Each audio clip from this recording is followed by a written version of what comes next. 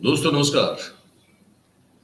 4 PM news network पे आप सबका बहुत बहुत स्वागत है। मैं हूं आपका दोस्त मयूर जानी। और जैसे कि हम लगातार इस चीज का फॉलो अप कर रहे हैं किरण पटेल मामले में, तो आज भी उस बारे में कुछ आपको बताएंगे जो कुछ नया है, कुछ ताजा तरीन है। और जरूरी है कि हम आपको बताएं और आपके लिए जानना भी जरूरी है। ठीक है। जैसे हमने कल सवाल उठाया था कि कौन है इनके आका जो ये चाहते हैं कि यही रहें गुजरात में, ताकि जो चीजें हैं वो कंट्रोल में रहें। और कुछ नाम ऐसे हैं जो अगर वो बता दें पूछताछ में, अगर श्रीनगर में बता दें तो फिर वो उस पर कंट्रोल नहीं हो सकता है। वो सीधा केंद्रीय गृह विभाग के नीचे जो है वो आता है, काम करता है वहाँ पे पूरा एडमिनिस्ट्रेशन। लेकिन यहाँ जो है वो गुजरात सरकार के नीचे काम करता है। तो गुजरात सरकार अपना एक इन्फ्लुएंस जो है वो अगर चाहे तो पूरी पूछताछ पर उसको प्रभावित करने के लिए लगा सकती है। ये कोई इसमें कोई ऐसी बात नहीं जो छुपी हो या बड़ी हम महान बात कर रहे हैं। सब जानते हैं कि हर एक प्रदेश की सरकार जो है उसका कोई ना कोई दखल अपने पुलिस तंत्र में, विभाग में रहता ही रहता है। तो इसमें कोई ऐसी बात नहीं कि हम बड़ी बात करें। लेकिन ये एक हमने कल एक सवाल कल उठाया था। अब उस बारे में तो एक बात करेंगे, एक नई जो घटना हुई उस पर भी बात करेंगे इसी को लेकर। लेकिन साथ में हम एक चीज और भी बताना चाहते हैं। आप दृश्य देखते रहिए, बहुत सारे दृश्य हमने आपके लिए पहले भी बना के रखे। ये पुलिस कस्टडी वाले हैं, इनके दृश्य ये भी देखिए आप। उसके बाद हम कुछ और भी दिखाते रहेंगे, पर हमारी बात चलती रहेगी। तो हम ये कहना चाहते हैं कि अब कश्मीर जो है ना, वहां जैसे हमने कल कहा कि इसका पूरा एक काम करने का तरीका है, ये महाठग जो है उनका, वो ये है कि भैया वो ऐसे ही लोगों को टारगेट करेगा जिनके पास पैसे तो 2 नंबर के बहुत है, लेकिन कहाँ इन्वेस्ट करें उनको पता नहीं, क्योंकि वो 2 नंबर के हैं। और अगर उनके पैसे को ठग लिया जाए, लूट लिया जाए, धोखाधड़ी की जाए, वो फरियाद करने के लिए कहीं जा नहीं सकती, क्योंकि वो उसका हिसाब नहीं उस पैसे के पास, है ना। तो अब कश्मीर से ही हमको जो एक हमारे जो मित्र हैं उन्होंने खबर दी, हमको ये कहा कि इस व्यक्ति ने, किरण पटेल ने, बहुत सारे ऐसे कुछ आईएएस अफसर हैं कश्मीर के और एडमिनिस्ट्रेशन में जो संलग्न है, उन सबको जो है अच्छी पोस्टिंग का वादा वादा किया हुआ है। ठीक है। उन्होंने कहा कि आप चिंता मत कीजिए, हम जो है वो आपको, आप जहां चाहे हम लगा देंगे, लगवा देंगे, बस कुछ पैसा लेगा आप उस पर लगेगा। तो करोड़ों रुपए जो है वहां से भी जो है उन्होंने कुछ अफसरों से ऐंठे हैं भाई, ये हमको पता चल रहा है अभी। और साथ ही साथ में हम आपको ये भी बता दें कि इस बारे में श्रीनगर जम्मू कश्मीर की जो पुलिस है वो काफी उस बारे में जांच कर रही है। कुछ अफसर जो हैं उनको पिन पॉइंट किया गया है, और वो जो अफसर हैं वो फड़फड़ा रहे हैं। उनको समझ में नहीं आ रहा है कि अब अगर हम पूछताछ के लिए बुलाया जाएगा तो हम क्या जवाब दे सकते हैं। तो एक तरफ जो है गुजरात पुलिस इसके घर पे जांच कर रही है, ठीक है, और हमने कल बताया भी था कि क्या क्या चीजें मिली हुई हैं। और दूसरी ओर जो है कश्मीर में ये मामला अभी चल रहा है कि करोड़ों रुपए कुछ अफसरों ने दिए हैं, और उनको अब ये भय है कि अगर ये जो पैसे की लेन देन है उसमें अगर ये अगर ऑफिशियल पूछताछ में ये अगर बोल दिया है तो फिर उनकी भी गिरफ्तारियां हो चुकी है। जैसे कि एक केस की जो जानकारी मिली, मैं आपको बता दूं, वो कुछ ऐसे इस तरह का केस है कि जहां पे ये जो है भाई किरण पटेल ने 1 करोड़ रुपया एक अफसर से लिया हुआ है। और क्योंकि उनको कहा गया कि आप बताइए कहाँ जाना है आपको, और पुलवामा के जो बशीर चौधरी हैं, जो पुलवामा डीसी हैं, उनको राष्ट्रीय पुरस्कार दिलाने का वादा भी कर दिया। और अब योगायोग ये हो गया कि ये बशीर साहब जो है उनको टीबी उन्मूलन के मामले में बनारस में जो है वो 24 मार्च को प्रधानमंत्री मोदी के हाथ जो है उनको अवार्ड भी मिला। तो अब इस अवार्ड मिलने के पीछे कोई किरण पटेल की भूमिका है कि नहीं किसी को मालूम नहीं है, लेकिन इस हमारे जो मित्र हैं श्रीनगर में जो पत्रकारिता करते हैं, उन्होंने कोशिश की इनका पक्ष जानने की। एक ये बशीर साहब हैं, दूसरे जुल्फिकार हैं, पर उन्होंने इस मामले में कुछ भी कहने से इनकार कर दिया।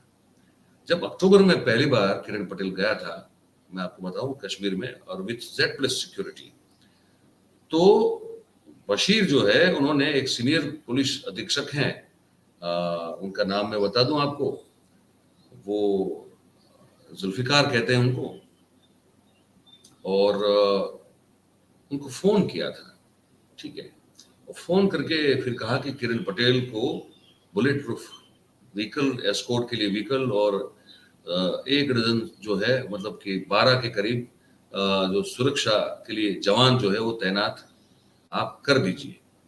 अब ये जुल्फिकार साहब जो है वो सिक्योरिटी डिटेल्स वहां देखते हैं।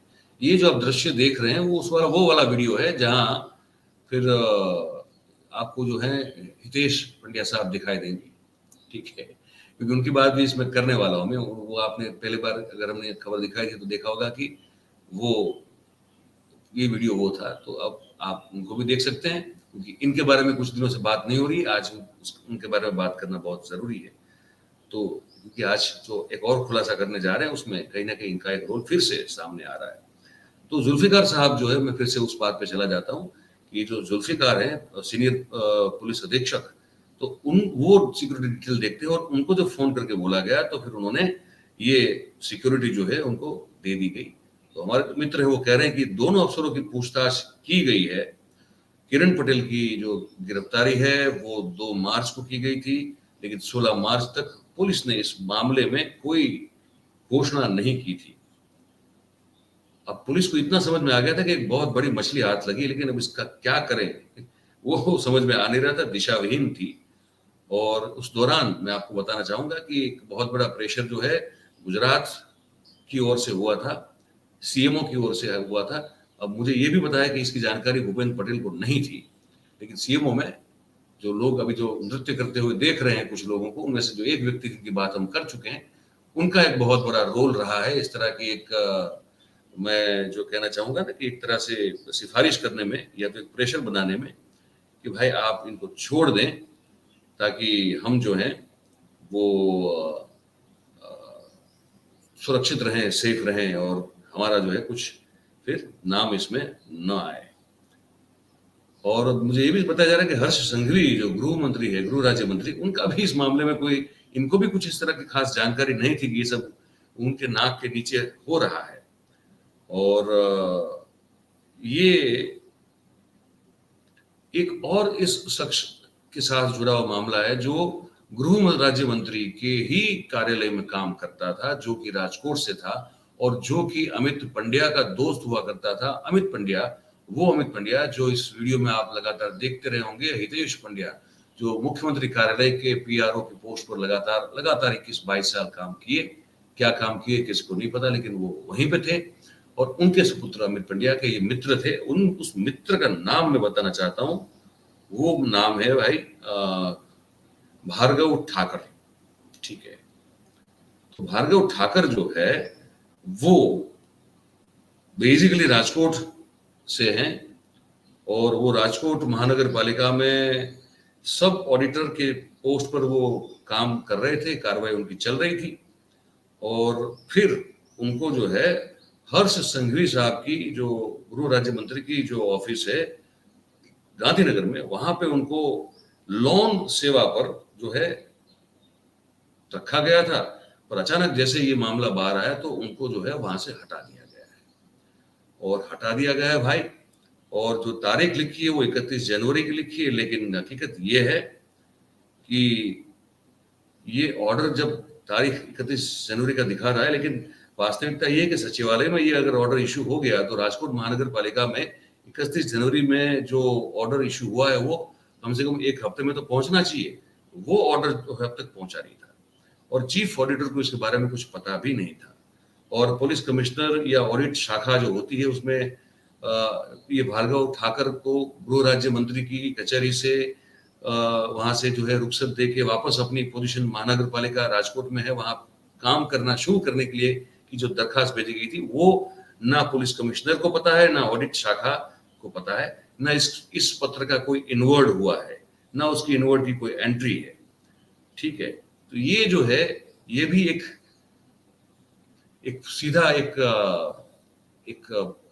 मैं कहना चाहूंगा कि ये इंगित करता है, ये दर्शाता है, ये जो आप देख रहे हैं हितेश पंड्या साहब, उनकी क्या भूमिका रही है इस पूरे मामले में, और क्यों पुलिस जो है इस बारे में कोई भी जांच नहीं कर रही है, किसी को पूछ नहीं रही है, ना हितेश पंड्या साहब को पूछ रही है, ना अच्छा अमित पंड्या तो चलिए अभी वहां है श्रीनगर में, वो और जय सीतापरा, लेकिन ये हितेश पंड्या साहब को क्यों कुछ पूछताछ के लिए नहीं बुलाया जा रहा है, और क्यों ये भार्गव ठाकर जो उनके सुपुत्र अमित पंड्या के बहुत बचपन के दोस्त बताए जा रहे हैं, राजकोट के बहुत पुराने मित्र बताए जा रहे हैं, किस की सूचना पर उनको महानगर पालिका राजकोट से उठाकर गृह राज्य मंत्री हर्ष संघवी की ऑफिस में बिठाया गया, और जैसे ही ये प्रकरण खुला तो पिछली तारीख के एक आदेश से क्यों उनको जो है अचानक वो वहां राजकोट उनका तबादला कर दिया गया। इस इतने क्यों है, जितने भी क्यों मैं आपको बता रहा हूं, उन क्यों की जांच ये कौन करेगा, कब करेगा, कैसे करेगा, और सवाल ये है कि क्या कोई करेगा भी। सवाल ये देखिए, ये हैं पंड्या साहब, है ना, इनके बारे में बात करना बहुत जरूरी था आज, क्योंकि ये भार्गव ठाकर जो है वो भी इस पूरे मामले में एक ऐसी कड़ी है कि जिस पर बात होना बहुत जरूरी है। सोच रहे ना, ये बड़ी इंटरेस्टिंग बात है, वो एक राजकोट महानगर पालिका में काम करने वाला आदमी, सब ऑडिटर की पोस्ट पे, किस लायकात पर, किस हैसियत पर उनको वहां से उठा के गुजरात के गृह राज्य मंत्री हर्ष संघवी साहब की ऑफिस में उनको कोई ला दिया जाए, और कोई पूछे भी नहीं कि क्यों।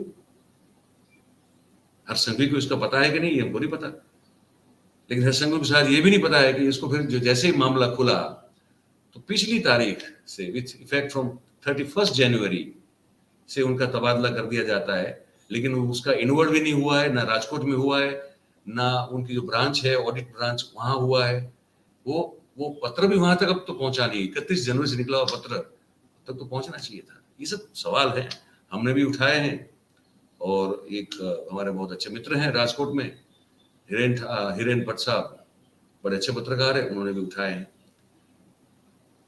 तो मैं कल कह रहा था ना कि इसका आका है कौन भाई अगर आप हितेश पंड्या साहब से जो है पूछताछ करेंगे पुलिस, तो फिर आका तक पहुंच सकते हैं। वो आका नहीं है, वो भी मिडल मैन है, लेकिन जो आका है वो अगर आप पूछताछ ठीक से करो, किरण पटेल की भी करो ठीक से, और हितेश पंड्या साहब को भी बातचीत के लिए बुलाओ भाई। अब इनका बेटा जो है वो ऐसे इनके साथ घूमते हुए पकड़ा गया है, उनके साथ संस्थाओं में साथ में काम किया हुआ है, डोनेशन जो है लोगों से लिए हुए हैं, ठीक है, पारिवारिक संबंध है रहे हैं सबके, और बेटे का साथ में पकड़ा जाना उससे बड़ा सबूत क्या हो सकता है। और उसके बाद जिस तरह से साइलेंटली उन्होंने एक इस्तीफा दे दिया, उसके बाद सरकार की ओर से कुछ नहीं किया जा रहा है, कुछ भी नहीं किया जा रहा है, ना राज्य सरकार की ओर से किया जा रहा है, ना केंद्र सरकार की ओर से किया जा रहा है। हालांकि हमको तो कोई ये कह रहा था, हालांकि हम ये मानने के लिए तैयार नहीं है क्योंकि ये तो नहीं होगा, लेकिन बातें चलती रहती हैं। तो हमको तो किसी ने ये भी कहा कि सर उनको तो जो है बहुत एकदम छुपा के भारतीय जनता पार्टी का जो दिल्ली का मुख्य कार्यालय है वहां के पीआरओ की जिम्मेदारी हो सकता है उनको दे दी जाए। मैंने कहा ये इतना तो बेवकूफी कोई नहीं करेगा, पर पता नहीं अब सत्ता का मद जो है वो अपने आप को जब किसी को चढ़ जाता है तो मदमस्त हो जाता है, तो फिर वो दुनिया को तुच्छ समझता है, वो पूरे सिस्टम को तुच्छ समझता है। तो तुच्छ जब समझता है तो फिर ऐसे बेवकूफी वाले बहुत सारे वो कदम उठाते हैं लोग, क्योंकि वो किसी की परवाह नहीं करते। तो ये पूरा मामला हमको आज बताना था, ये नया खुलासा भी हमको आज करना था, तो मैं कर दिया। अब आप क्या मानते हैं इस बारे में हमको जरूर बताइएगा, और लाइक शेयर सब्सक्राइब हम हमेशा कहते हैं करें, करवाएं। हमारी बात आगे तक पहुंचाने के लिए आपकी सहायता करें, आपकी सहायता की जरूरत है जो जरूर करें। आप सबका बहुत बहुत धन्यवाद। Thank you very much. नमस्कार।